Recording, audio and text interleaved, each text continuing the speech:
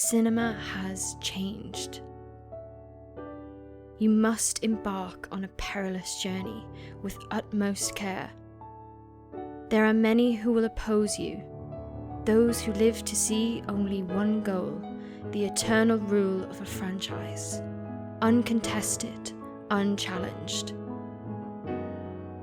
You must be vigilant and see to it this empire is thrown to the light of neutrality, so that its oversights are exposed for what they are, and so that cinema can once again flourish in its wake.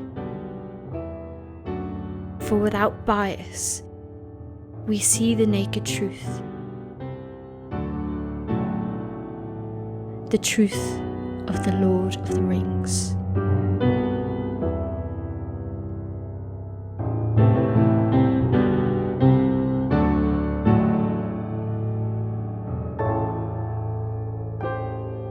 I mean, it's no secret that this was a groundbreaking trilogy. The special effects are methods to be cherished, from the Hobbit scaling to the marvellous costumes and the practical sets. It's no small feat, and it is the primary reason that the franchise, and Peter Jackson for that matter, saw such renowned success. I'm not after any of that, alright? I'm after what's actually going on in this. You see, it's all well and good making a film look phenomenal. We've seen that countless times prior and since. But why is this franchise so popular? But, let me break it down for you. This is the most complex, simplistic story I've ever seen, period. All three films feature the hero's journey split into two, sometimes three veins. Quite literally the 12 steps, breakdown of that in the right hand corner by the way. But it is so hard to follow, and that is from a combination of things. In preparation of this flustercook, I prepared some limericks to perfectly encompass Lord of the Rings. Lands of sweet primrose and green, whatever could you mean? Wherever Frodo may lie, you very well will probably die, and Sauron is defeated all the same. I bet you liked that, didn't you?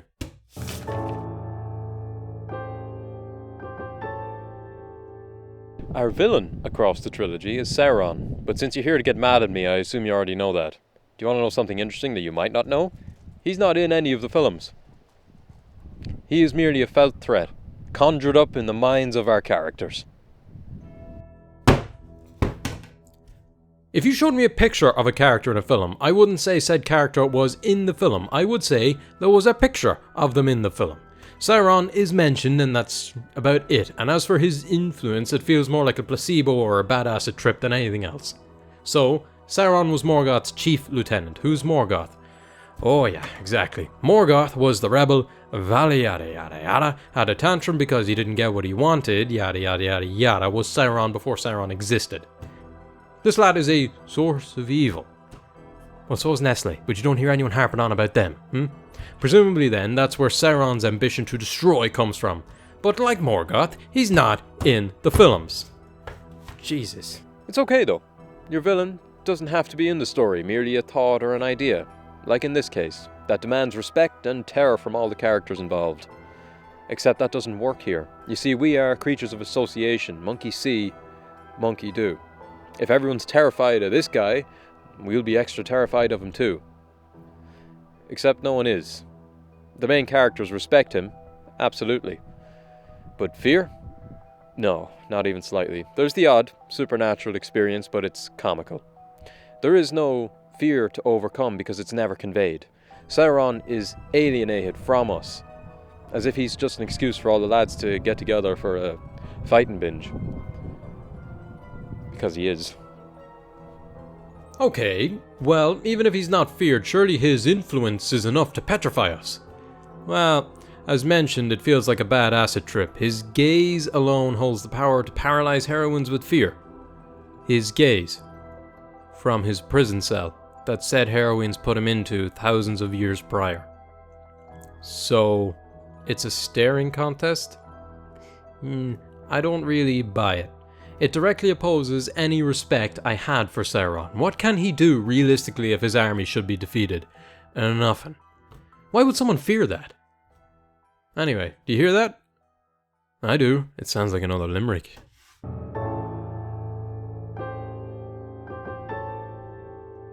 Chaos dreams and evil schemes. None know what joins the seam. Thread of despair, needle of ream. All I know is, I don't know what any of this means. Off topic, but the Rings of Power tried to give the Orcs some soul and familial background, character, depth, all that stuff. And you silly billies were none too happy with that, no sir. I don't watch a new exposition on Orcs, they're just evil. Why are you trying to complicate things?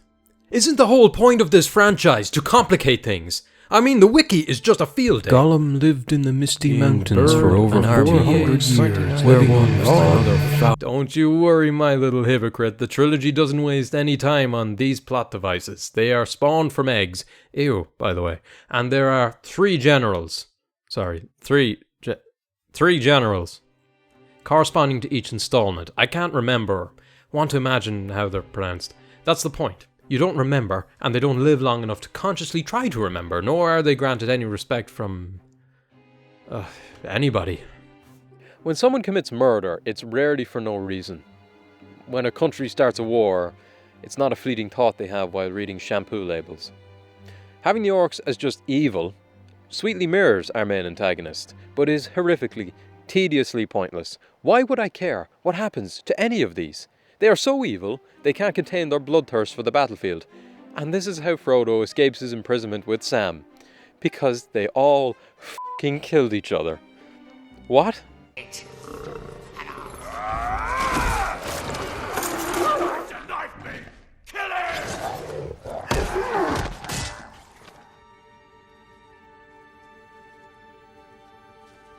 So, hang on, they wanted the chainmail, hopping and skipping into a jump cut, and everybody's fucking dead. What do you mean? So, no end goals other than mutual destruction, no motivations, no development, no real purpose. Perhaps there's another alternative in this swoon franchise.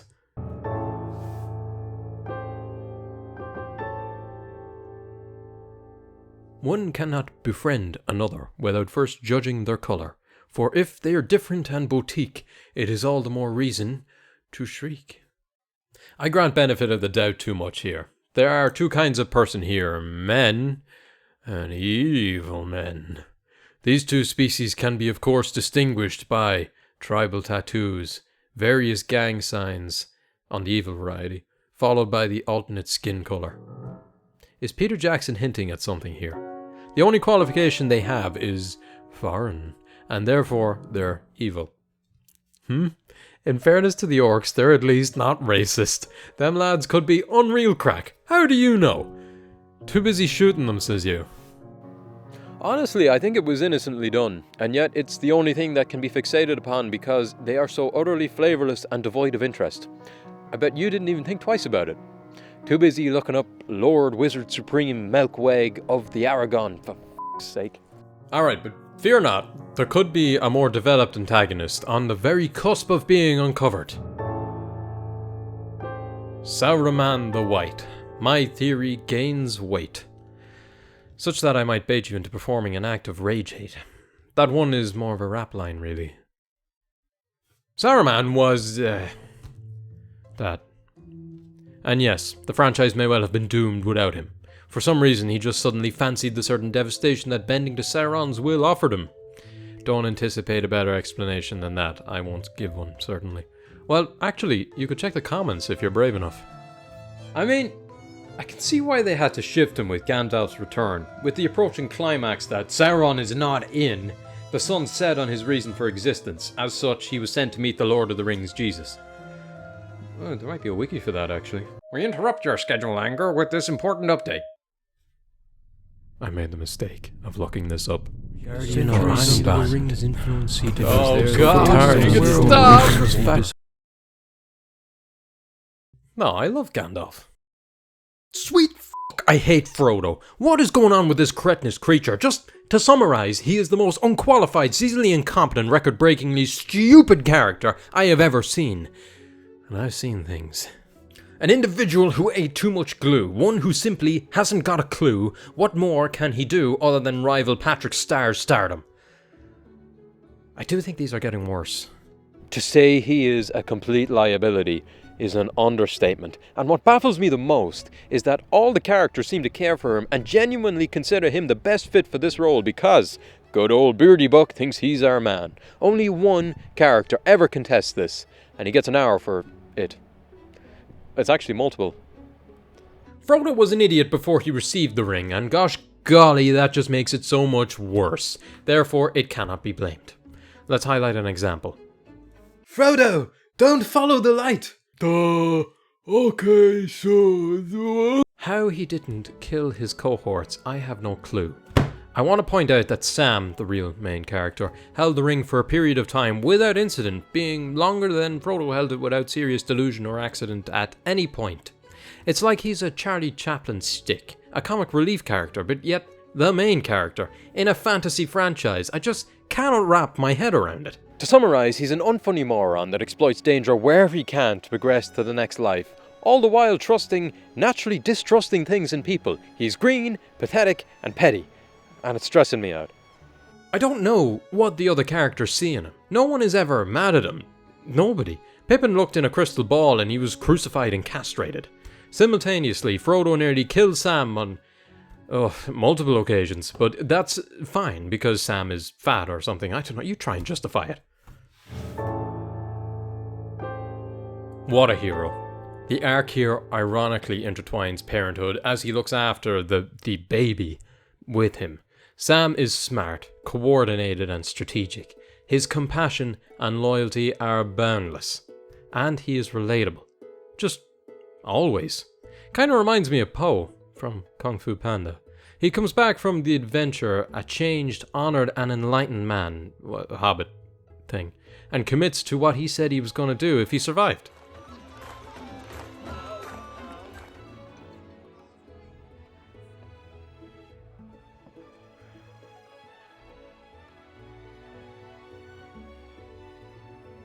He is a character of commitment and never faltered even when he was turned away.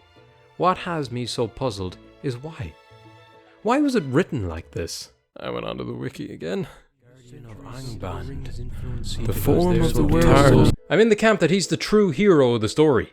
He did not initiate the quest, yeah, but by all means, he's the only reason it concluded.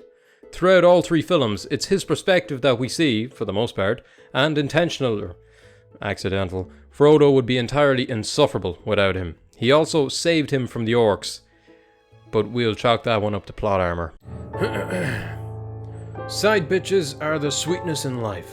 Clout brings the best, so that they handle strife. Frodo apparently has lots of clout. A hero who refuses the call to adventure, put simply.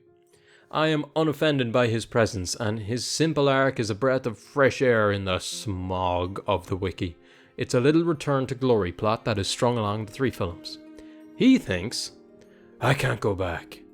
Well, maybe. No, I can't. Fucking why not? Think of Aragorn as a less wise and experienced Gandalf, because that's what he is.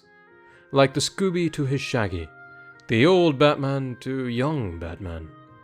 The Kevin Spacey. Oh, but my brave hunky punky, we must be married. My sweet, you know that to be impossible. I cannot stomach blondes. Well, no. Well, maybe. Nah, I can't do it. Gimli, what am I supposed to say? I like him? Of course I do. Everyone does, I thought. Am I not supposed to? He's a mythical dwarf who's also comic relief. All the boxes are checked. There are only 2. Rings of Power gave the dwarves a much larger role in the narrative, which works over there, but strictly talking Lord of the Rings, it's no harm they kept the dwarves' involvement to Gimli. Taking on more than you can chew comes to mind, but mainly because I think they would have cocked it up. Legolas doesn't get off so easy. Listen to this Weezer. Spears riot, like winter thickets through a shroud of mist. This is no mere ranger. He is Aragorn, son of Arathorn. I didn't know I was listening to an audiobook. Thanks, movie. He's more comic relief, but a little more serious in all the wrong ways to fit his elf culture, if you know what I mean. When you stick his personality in the fires of truth, what's left in the ashes is exposition. That's all he is, my sweet little pumpkin. Was I drunk writing this? Anyway, speaking of exposition. Movies! for the most part, are two people talking. You know, think about it. While words are exchanged, those words should only ever enhance the story through character motivations or direct actions or what have you. What do you know about it? When writing, it's easy to fall into the trap of just vomiting all your whims and wishes as a writer into a character dialogue. When one falls into this trap, you end up with... well... The Dark Lord Sauron forged in secret a master ring to control all others. And into this ring he poured his cruelty, his malice, and his will to dominate all life. In one respect, there's so much useless lore that exposition needs to be used like a tool here to sift through it all, but more information has been explained with less words in previous franchises. I forgot that there's a heap of words at the start of the movie. No, hang on, it's true, okay? If you past the start of the movie, it's true, alright? My point still stands. The way I see it is, no matter what way you slice your hand, you've still cut your hand. Exposition is exposition, and it should be avoided at all costs. People like to think they're smart, you know, hi, how are you? So give them breadcrumbs so they feel like they've earned the loaf at the end. It is not the worst example of it, I will grant the franchise that privilege, but it is far from innocent. And what was that next topic? I had it here some... oh yeah. Thanks, movie. Oh, it made too much money. If you would like to see me talk on what came after or before, whatever, then let me know. Otherwise, am I going to invest my time in that? To briefly explain to you, because, oh, I know you love that oh so much. 2 more storylines sprouted from this franchise's success. The Hobbit and The Rings of Power, both of which are prequels. The Hobbit focuses on the story of Bilbo Baggins whilst he held possession of the ring, mentioned at the start of Lord of the Rings. You know, the ring. Keep up. I'll go ahead and pretend I didn't see it, because I didn't. My completely ignorant opinion is, why do you hate it so much? It looks to have all the elements you liked about the original trilogy. Then again,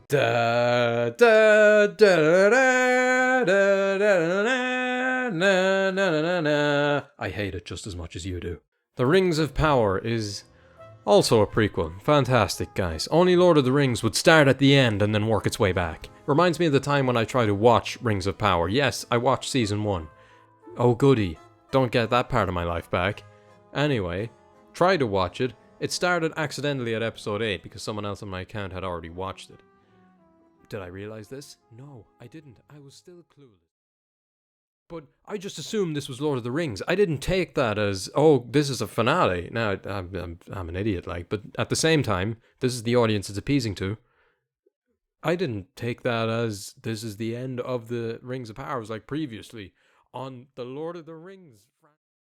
When the film or show would start, there is a whole 10-minute monologue or backstory shovel shit of exposition that you need to understand in order to get who Malonky Moo is and Bingo is in the bloody scene. Otherwise, you've no clue, you've no idea. Nobody knows. So it's previously on Rings of Power. He did this, and then there was an orange guy, and I don't know, there's a fucking dragon in it too somewhere.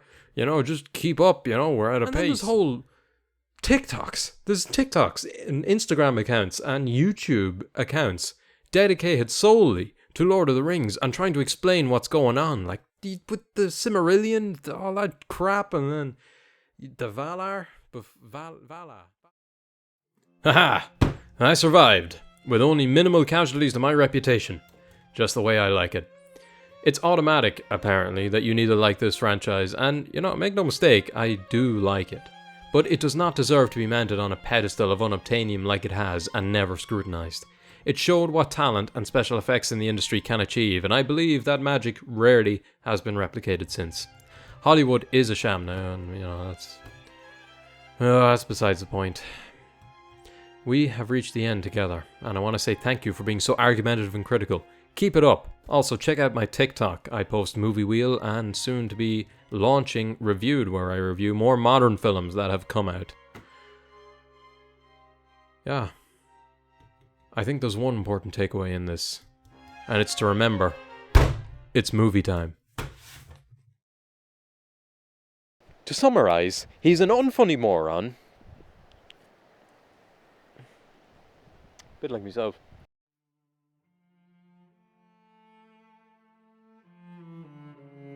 Why